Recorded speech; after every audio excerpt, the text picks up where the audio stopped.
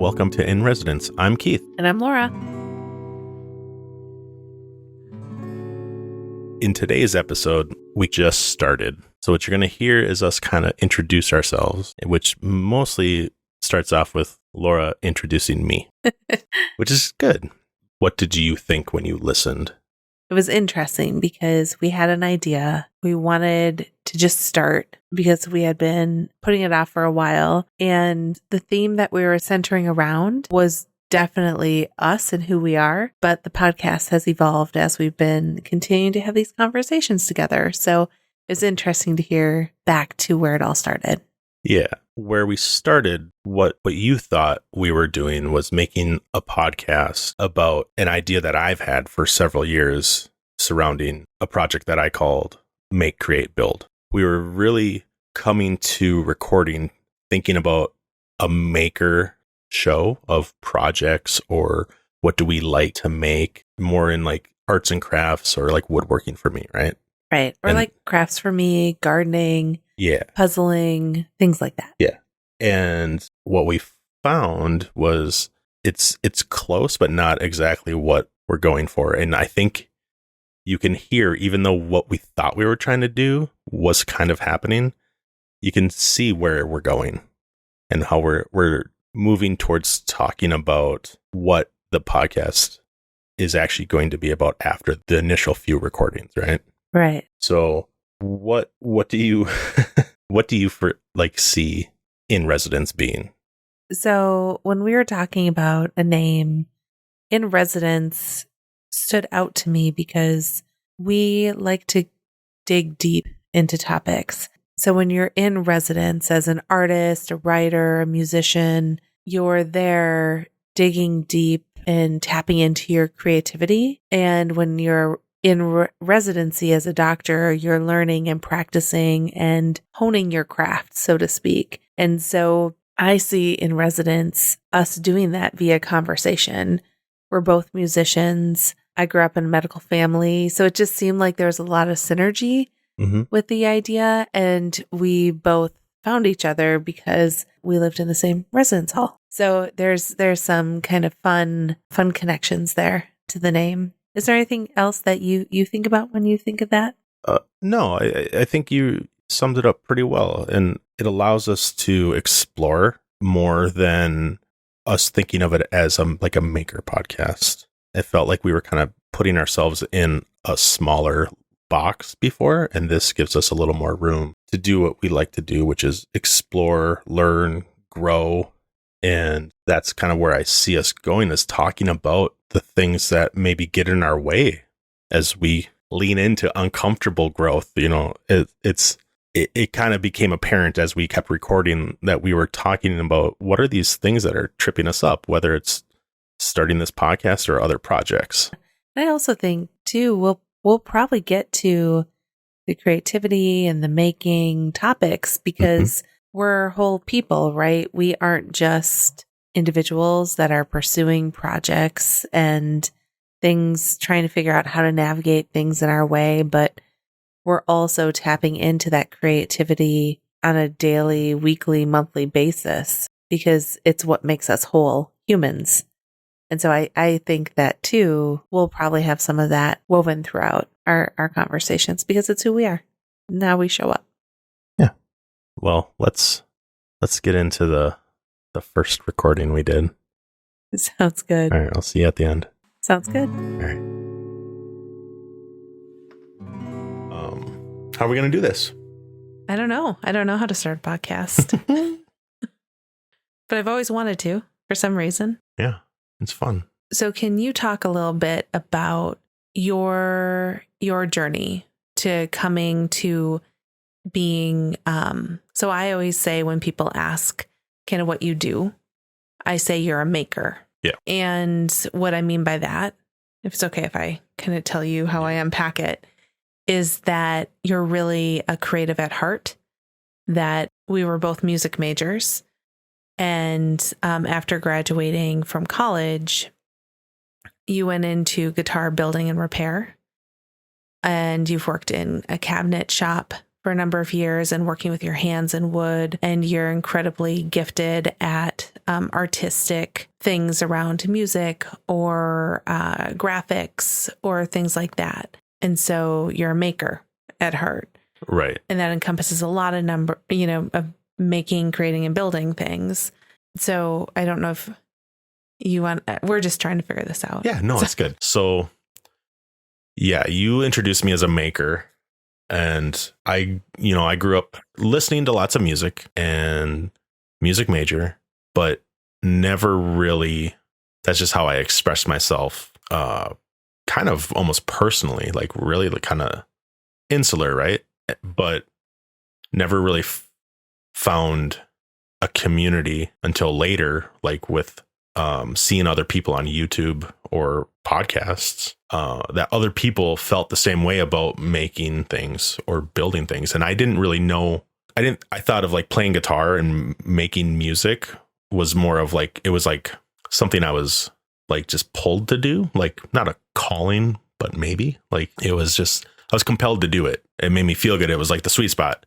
Whereas like, as our relationship like started to blossom and grow, we got a house after and getting married, you start to learn that you need to maintain the house or fix things. It's just the feeling you get from, finishing the basement, or when I went back to build guitars, right? Like I didn't have a background in construction or really building anything besides Lego. Like, that's creative and it's fun. But I grew into building things with my hands a little more, woodworking, because it was necessary. But then like from it, there's a sense of satisfaction of being able to like do it yourself, like you said. So being able to do it yourself is like kind of a sense of freedom to me. And I hadn't felt that before. I played guitar. I like to sing. So I kind of stumbled into it because we ended up sending me back to school to learn how to build guitars. And I found like it was almost meditative trying to be precise on that level of like millimeters. And it's something I had never really done outside of written word and schoolwork. So something drew me to the community I found on YouTube of these makers, like the guys on the Making It podcast. So Jimmy DeRessa, Bob Clagett, David Picciuto, they're on the Making It podcast. Listening to those guys talk, I mean, it's kind of like I wonder if that's like why I'm wanting to start this podcast. Talk about what you're doing right now with creating. It's a little different than building guitars or building cabinetry and doing woodworking. Yeah. So I went from learning how to build guitars, which is a certain level of fine woodworking, right? Building acoustic guitars, mandolins, handcrafted electric guitars, right? And then going into having to find work. And well, now I have a new appreciation for woodworking, right? So, go to a cabinet shop and pay the bills, right? Well, that lasted for a while, but it's not the same. But I learned a lot of great skills of building. But now, fast forward several years, and I'm editing video, making like YouTube shorts for a YouTube channel, trying to do some graphic design for them, and like kind of self-taught in graphic design. Like art has always been something I've gravitated towards, but didn't have maybe the raw talent or the ability to pursue the means to develop skills in like an artistic or traditionally artistic avenue, right? Like I'm not a great drawer.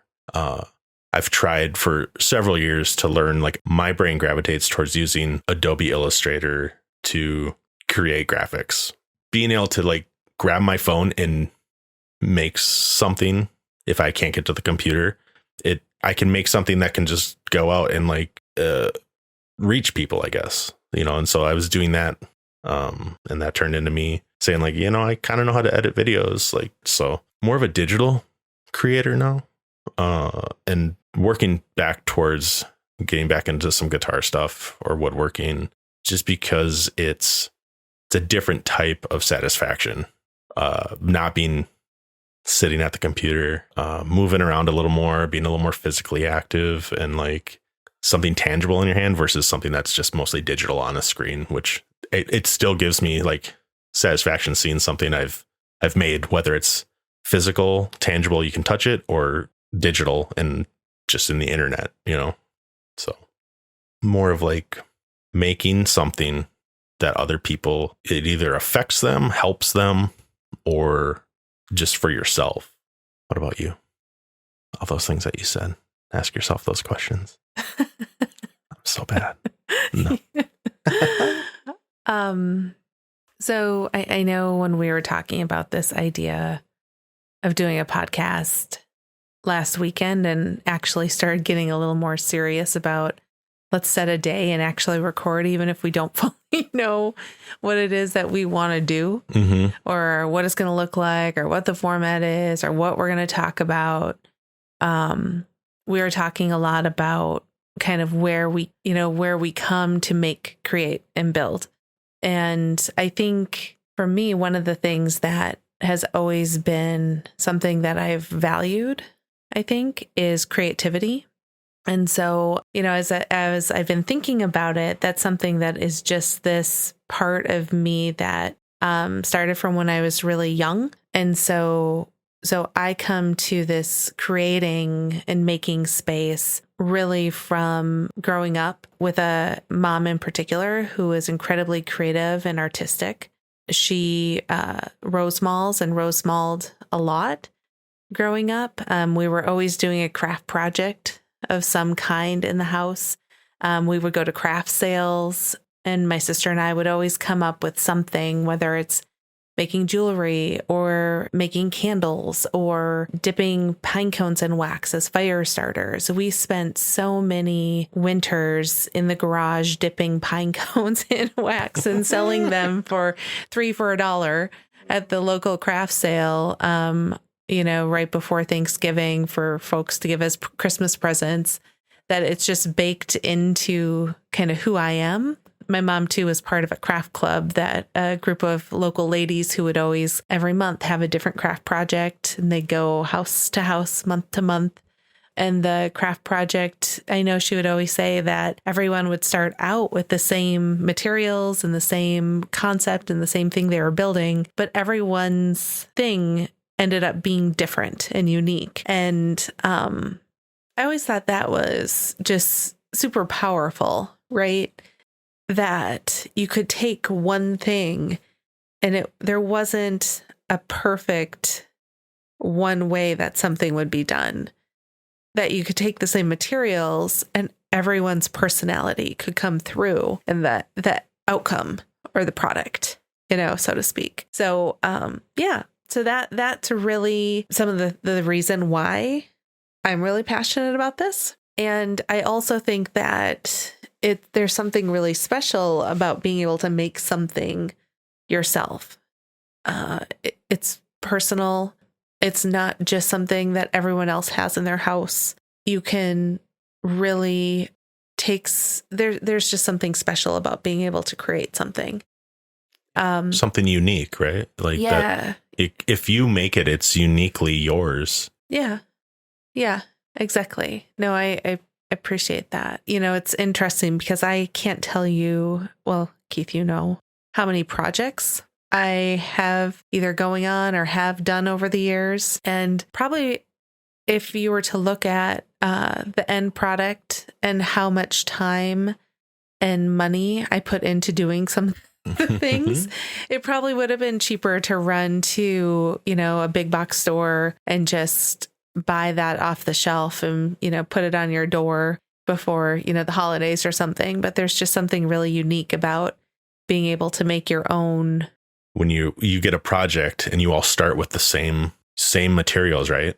How at the outcome can be so unique and different. And that in itself it's beautiful, right? Like not everybody has the same lens, right? They have a different technique, or they see those materials as something different and can make it differently. I need more of that perspective because my background was more of follow the directions, build the Lego how the Lego is said, and then you always break that and you play with that. But when it comes to other things, more structured things, right?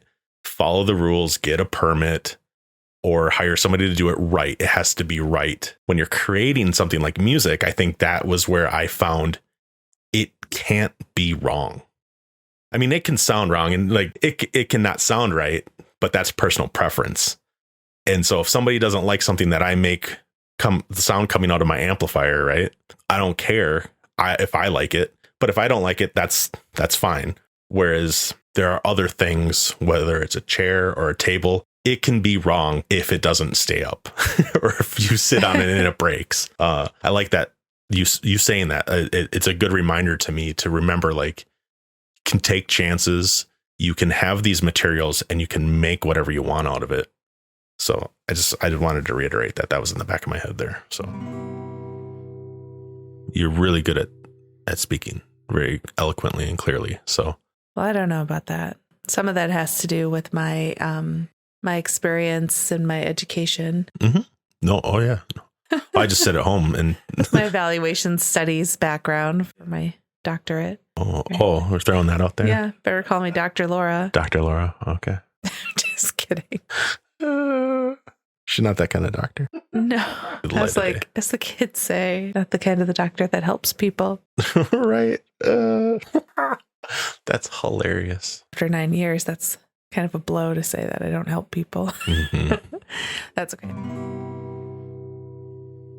One thing that Keith said to me when we were preparing for this is that my roots might be in crafting, but it really has translated into me working with building and creating something a little less tangible than a product. Because now in my role, I'm actually working on building teams and building culture and creating things together. And so I think that's one thing that's interesting to me, is that outside of the office, I still have that creative flair where I want to be making the things that I can, even if it costs a little bit more with the supplies. I still want to dig in and make that wreath or make whatever project it is.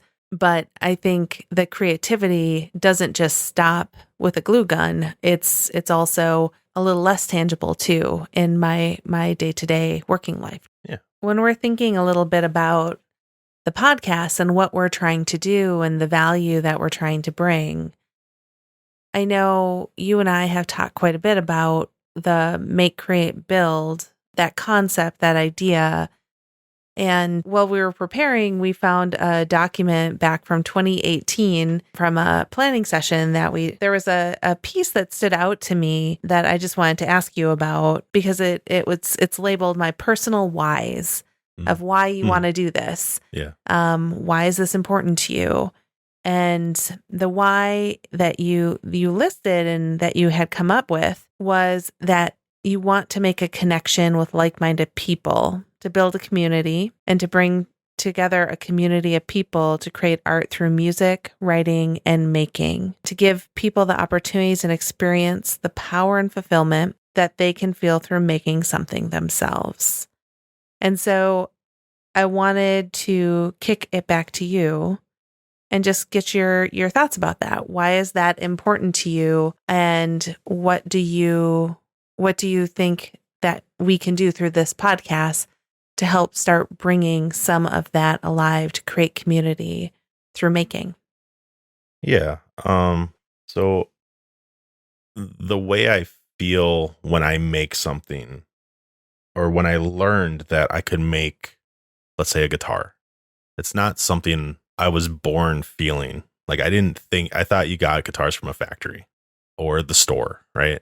And so once I realized that I can have the power to make something, I can make a notebook out of paper and make a little pocket notebook if I want, even just something that simple. But to make a deck, to make bookcases that our family uses every day, to build a guitar that somebody can write a song on, or I can write a song on. That feeling, that fulfillment, that satisfaction, finding other like-minded people, right, that feel that same pull when they're being creative, building a community around that planning session where we talked through that stuff, that seems like a long time ago, and a lot of stuff has happened since then. And so to come back to it and rethink, like, okay, where did this originate from? It's nice to think about, the reason I'm pulled to do this is to find a community. You know, I might say build a community, but it's more of like, not that I want to gain a bunch of people following me, but it's more of like just communing with other people, right? Like, because we may be more connected because of the internet, right? But in some ways we're not. So it's like you got to reach out and find, you know, a community, and whether it's art or music or writing or making with your hands, building with wood or metal, there's a real power in that I think can bring people together, and for people to share what they've made. There's something to be said to empower people that they can do it. And like you said, no matter what the materials are or what you start with, you can make something unique and your own. Yeah, I think that's really important. And it's actually making me think too of things that may not be being made out of, say, wood or metal, because for me it's a little different when I'm thinking about the garden, right? Mm-hmm. I mean, making and creating a garden is also having community around that. I can't tell you how many times I've been on, well, I think you know, Instagram or YouTube or Pinterest, right? Trying to find the different ideas of how can I create this sort of thing? What can I make Keith build me to help my garden not be eaten by deer, right? Or a trellis so I can grow grapes and, you know, things like that. So I think that also is just interesting because it's similar, but it's different, right? Oh yeah.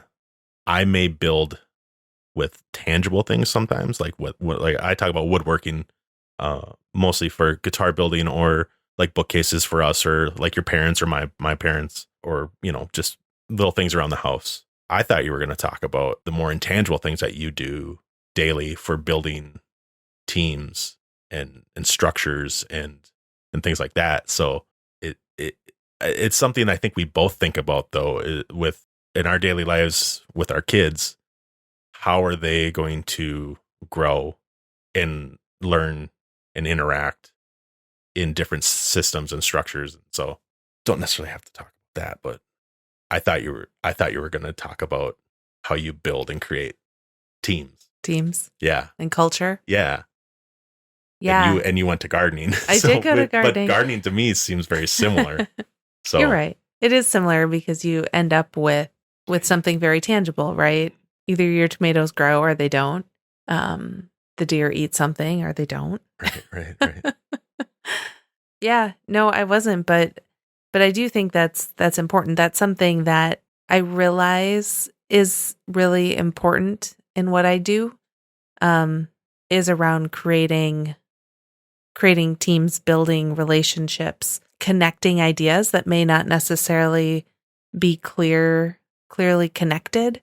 I always say that I love to have a huge empty whiteboard and a whole bunch of people around it, or lots and lots of Post-its and an empty wall that we can really tap into the wisdom of everyone that's in the room to create something truly extraordinary together. And what it looks like is always different depending on who's in the room. It's kind of like the different tools, right?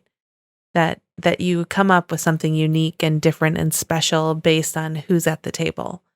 Well, and like whether we're talking about building that or building something out of wood or metal or beads or construction paper or a craft, what we're kind of here to talk about is on both things. It's like where's your mindset when you're approaching either, right? And how do you go about accomplishing what you're setting out to accomplish? And I go about it a real different way than you. Yeah. I overanalyze. I get in my own way. I stop myself because I'm afraid to fail. That's where I come from, and I'm working on that. Whereas you kind of are ready, fire, aim. And we kind of we can be like oil and water sometimes, but we complement each other too, where you help me light a fire under me of hey, let's get it done when it just needs to get done. And where maybe if I can really get the paralysis analysis. And so you really help me get on with it. And I'm not quite sure what I bring to you, except for, hey, maybe slow down and it'll work out better. But that's my viewpoint, where you might be like, why don't you just sit over there and leave me alone? No, I do think the one thing that you bring to me is you help me realize that I don't always need to take on all the things that I'm trying to take on at once. It made me think of a story, and I know I've shared this with you, but I always say that I've taken a little after my grandma Doris. And so my grandma Doris was a amazingly creative woman, and she would, she wanted to try something. She was known for just going all in and just trying it, right? So she wanted to be a painter and do watercoloring. She joined a class and she went ahead and she was a watercolor, painting person.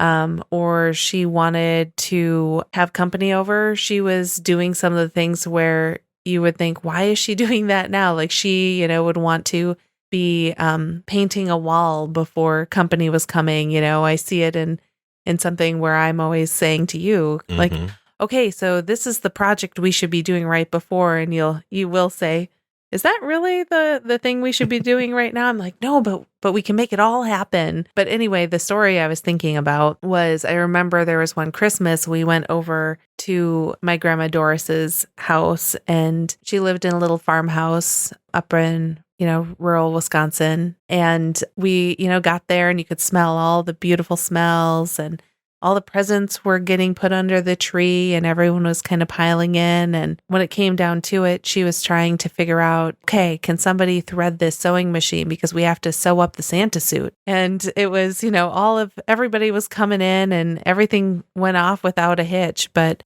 she was creating in the midst of the thing. So I think I have a tendency to sometimes do that, where I have the confidence to just say, you know what, let's try it. What's the worst thing that happens is it just doesn't work out. And so sometimes that works well. It could also end in not having anything to show for your efforts in the end. But I've always, like you said, not been afraid to just jump in and see how it works. Yeah. You can always learn. It may seem like a failure, but there's always something to learn. Yeah. And that's something I have to remind myself of, so that I don't prevent myself from starting. So I think that might be a really great place to transition. So I thought it might be fun to come up with a question just to ask that Keith doesn't know what question it's going to be. Oh, no. So I can get his honest reaction. I actually asked ChatGPT what question I should ask about creativity. And this is the question that it came up with. So Keith? All right, I'll read it here. You ready? Hang it up. Okay. What are some effective ways to overcome creative blocks and generate new ideas? Okay. Wow. Listen to podcasts. Thank you, ChatGPT. Yeah, thank you, ChatGPT. What are some effective ways to overcome creative blocks and generate new ideas? Just got to start. You're not blocked. You're afraid it's not good enough. And it's not going to be good enough unless you make something bad first. That is what I've learned. It's still hard to do, but you got to just keep doing it. How about you, Laura? What do you think? I think for me, one way to overcome creative blocks and generate new ideas is to change the scenery. And I'm thinking about this when I was writing my dissertation in particular, or I'm writing a big humble brag. No, not a humble brag, but just the reality of something that I went through is when I was writing that, or writing a large report or a grant or something like that, there's inevitably some time that you get to a point where you just go, oh my goodness, I have no more left. I can't figure out where to go with this. And so for me, creativity, some of it is just getting up, changing the scenery, picking up your laptop or whatever you're working on if you can, and moving to a different location, getting outside, going to a coffee shop, going to the kitchen table if you're somewhere else. But I think that's one of the biggest things for me is changing the scenery. It's a really good idea. Yeah. I like that. Nice Yeah. question. Thanks. That was a mystery question. I like it. I like surprising you. Good. Keep it coming. Will do. All right. Any final thoughts? Or what felt good? What didn't feel good? With the podcast? Yeah. Did anything feel like I said humble brag and I thought that was funny? But did that throw you off? No, it didn't Okay. throw me off. All right. So the one thing that I think feels strange or not good, or I don't even know if it's not good. Yeah. But I think in general, one thing when I've thought about doing a podcast and about putting myself out there, it feels it's one area that I've always edited myself or held myself back from jumping in and doing. And it's similar to social media and like what I've done. I overthink it. I overprocess it. So I think what actually is a little funny is some of the creative stuff that you see me jumping into. Mm-hmm. I think that I feel like I feel more vulnerable doing a podcast or social media than I do in my creative life. The stuff I create. Yeah. And I don't know what that is. What do you mean you don't know what that is? I don't know exactly what that vulnerability is or feeling a little unsure about it or uncomfortable. I think it's just human nature. Like putting yourself out there, like on social media or a podcast, like if we're looking to get listeners or views, right? Then if you don't get those, then it feels like it's a rejection of you. But see, I don't know if that's it for me. Right. But you're showing yourself, in a way that it's vulnerable. I'm just saying like the metrics can also exacerbate that. I'm not saying that's what we're going for. I'm saying, but like this is an intimate way to communicate with people. I mean, when I listen to podcasts, I feel like I'm hanging out with the people that I listen to. Yeah. They don't know me though, but it is an intimate conversation you're having with somebody on a level, Sure. And so there is a vulnerability there, talking to potentially a lot of different people, I think, whereas like, I mean, that's the same with like, the thing though too, is like, you're a very good piano player and vocalist. And so you've been on stages in front of hundreds of people. Yeah. And you don't miss a note. And so I get a little stage fright if I have to perform in front of people. This is kind of a performance, right? Yeah. But getting to the point where it's more conversational and like we're doing it right now, and it's not as scary, I think, as it maybe was prior. Right. It's still, there's always room to improve. There's always something to learn, and that's kind of the point, right? Is the process is the point. And so actually going from never having done this to doing it right now is harder than us going from 1 to 2. Mm-hmm. Because the next time it's just like, oh yeah, we've done that. Now it's just we're gonna improve or stagnate, right? But it's not like going from 0 to 1. I think there's something like, it's so interesting because I want to be part of a community. Mm-hmm. And I like what you said. I don't want to build it and have the community be mine, but I do want to create a community that values creativity and making. Yeah. Yeah. We want to be part of a community that values creating and building like we do.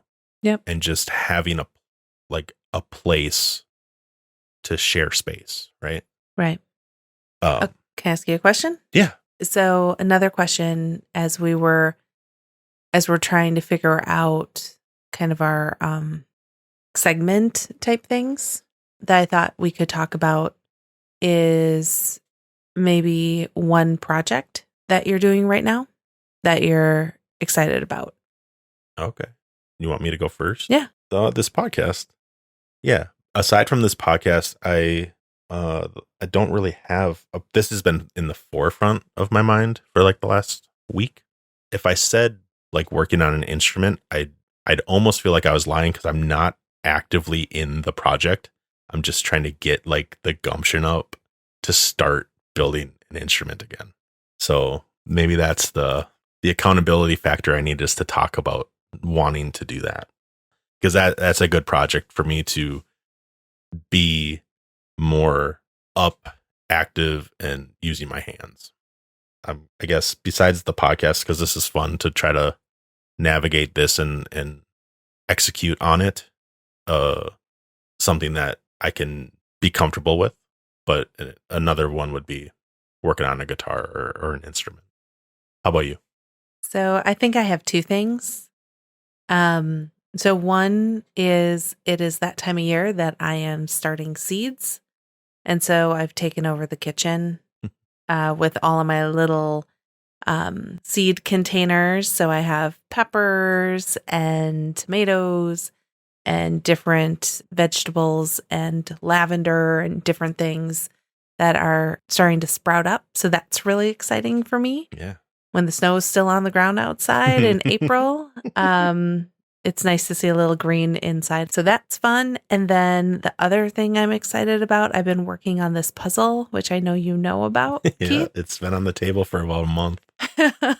And I'm so close to having it be done. So I'm working on, I love puzzling. And I am almost, gosh, I probably only have about 50 pieces of 1,000. There's all the little tiny Lego heads is what the puzzle is of. And you have to look at every single face of every single Lego guy and find exactly where it is in the puzzle. So it's this huge grid-like thing, and it is past time for it to be completed and put back in the box.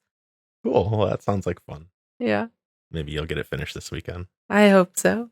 I have one more question for you too. Yeah. So you and I, one thing we share in common is we like to learn a lot and grow and consume quite a bit of content. Is there something that you're reading or listening to or being exposed to that is really exciting right now or that is really resonating with you? Oh boy. I mean, I could go on for a long time. I listen to lots of podcasts and I listen to audiobooks. So I'm super excited for Seth Godin's new book to come out, The Song of Significance. And he had like a little virtual meeting just to kind of talk about it a little bit. And so I'm really excited for that to come out. I think it comes out in May. But any of his books, The Icarus Deception, The Practice, This is Marketing, there's a ton. Anything, I kind of go back to him all the time. So I'm always kind of in the Akimbo podcast with Seth Godin also. But other than that, having a really hard time. Like, you don't have an idea of something, right, from me? No, just you answer the question. Yeah. Just one thing you're really excited about. You listed like 5. Yeah. Okay. All right. You're an overachiever, honey. No, I just feel like there's always something. New Metallica record's coming out soon, too. I'm excited about that. All right, Laura, what's something that you're excited about? Oh, goodness. This was my original question, wasn't it? I should have thought about that. Can we swear on our podcast? Fuck yeah. Okay. No. It's up to you. Yeah, we can. Okay. So the book that I'm reading right now, it's called How to Be a Fucking Lady. And it is really great. It's all about style at any size. And so it's a really interesting book, and I'm really enjoying it. And she's really funny, and it talks a lot about how to lead with gumption and being confident, and how to live life like a boss. So it's pretty exciting. I like it. Awesome. That sounds great. Should we just be done for now and see what I can scrape out of the edit? How bad do you think it'll be? Pretty bad. You think so? Yeah, it's got to be bad before it's good. All right. Is that somebody's quote up there? Make things better by making better things? Yeah, that's Seth Godin. Ah. Oh, yeah. That's Seth Godin. That's complete. What if we did something like this? It's all Seth Godin. Do the extro. How do you say that? Outro. Outro. Do the Wow. outro, honey. All right. Thanks for joining us for our first podcast episode, and we hope to see you back for the next one. See you next time. See you later.